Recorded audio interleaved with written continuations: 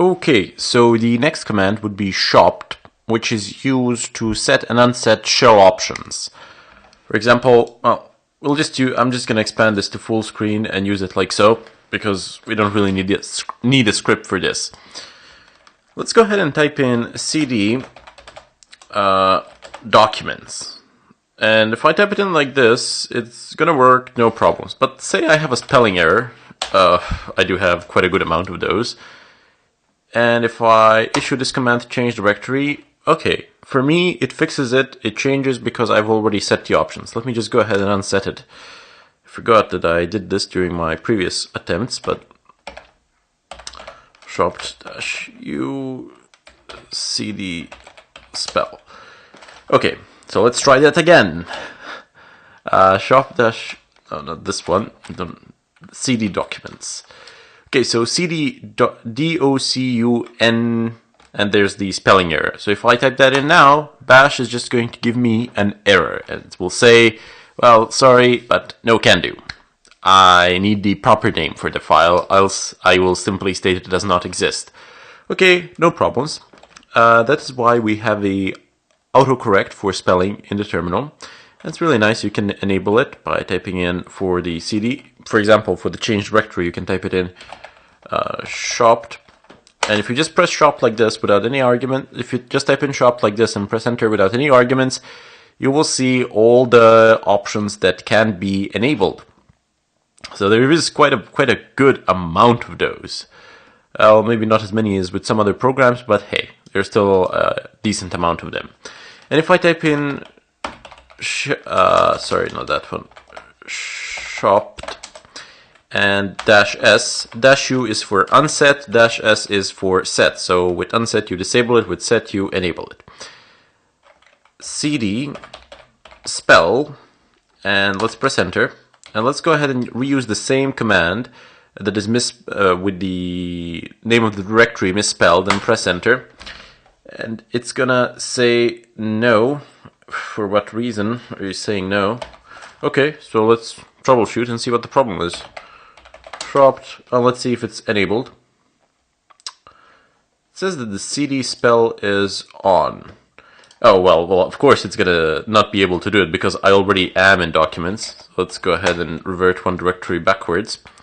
And if I type in cd documents with a misspelled n, I've written n instead of m, if I press enter, you will see how the autocorrect does indeed work, and I do indeed change the directories without any problems. So once again, if I just run this, you can clearly see that this is not the same as this. This here is misspelled, and then the autocorrect kicks in, and now we are in that particular folder. However, just like with any other text editor out there that has autocorrect enabled, it's not perfect. It's not going to be able to recognize that it's a word, that you're providing a path to a folder or to a file if it differs to a too large of an extent. Here, let me just show you what I mean by that. If I do this, this is not, oops. If I do this, for example, this is not going to work because it will not be able to recognize what is it that I have wanted to do with it. Okay, so next up we have type command, which identifies a particular command and is used for just to test out whether a certain command exists or not. If you, for example, type in type cd, hey, press enter, cd is a shell built-in, but there is a response in this manner that it's stating what the cd is, so obviously cd does exist. But if I type,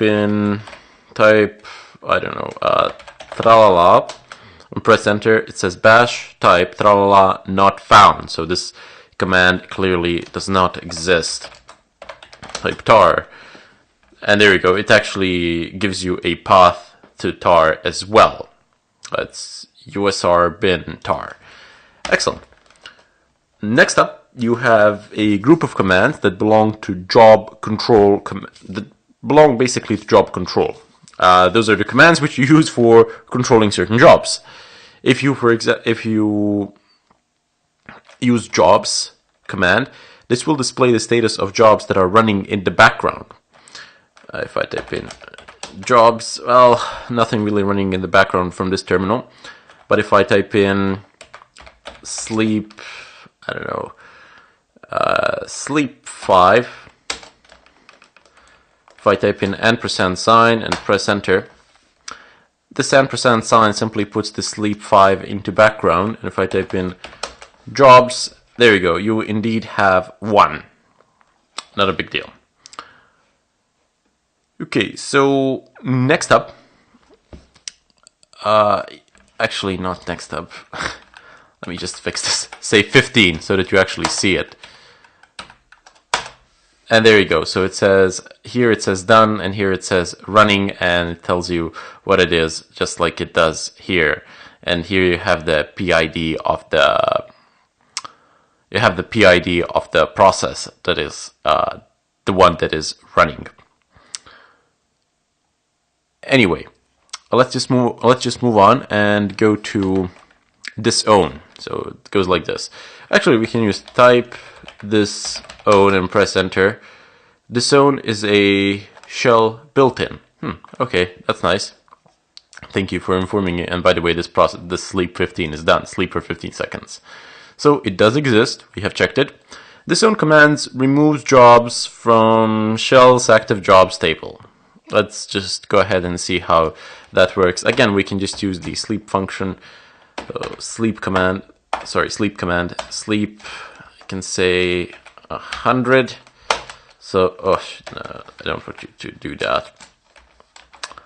I want you to sleep for 100 seconds in the background, and I want you to sleep for 90 seconds in the background as well. So there are 2 sleep commands that are running in the background, which are basically doing nothing, just waiting to end. And if I type in jobs, I can see that there's 2 of them running, job 1 and job 2. Now I can type in disown. This will remove the job from the table of active jobs. Disown, press enter. And if I type in jobs again, now I only have this for 100 that is running. By the way, if you would like to go in greater depths about all of these commands that I'm showing you here, simply type in man and then type in the name of the command and read on, because all of these commands, they have an extremely large amount of arguments. Most of them do. And they are designed for very, very, very specific situations. Like the arguments, that is, one argument is designed to do one specific job that it performs really well, but it's not used that often, so it just sits there in the man pages just in case when somebody comes to need it. Anyway, I shall cut the tutorial here and I will come back in the follow-up.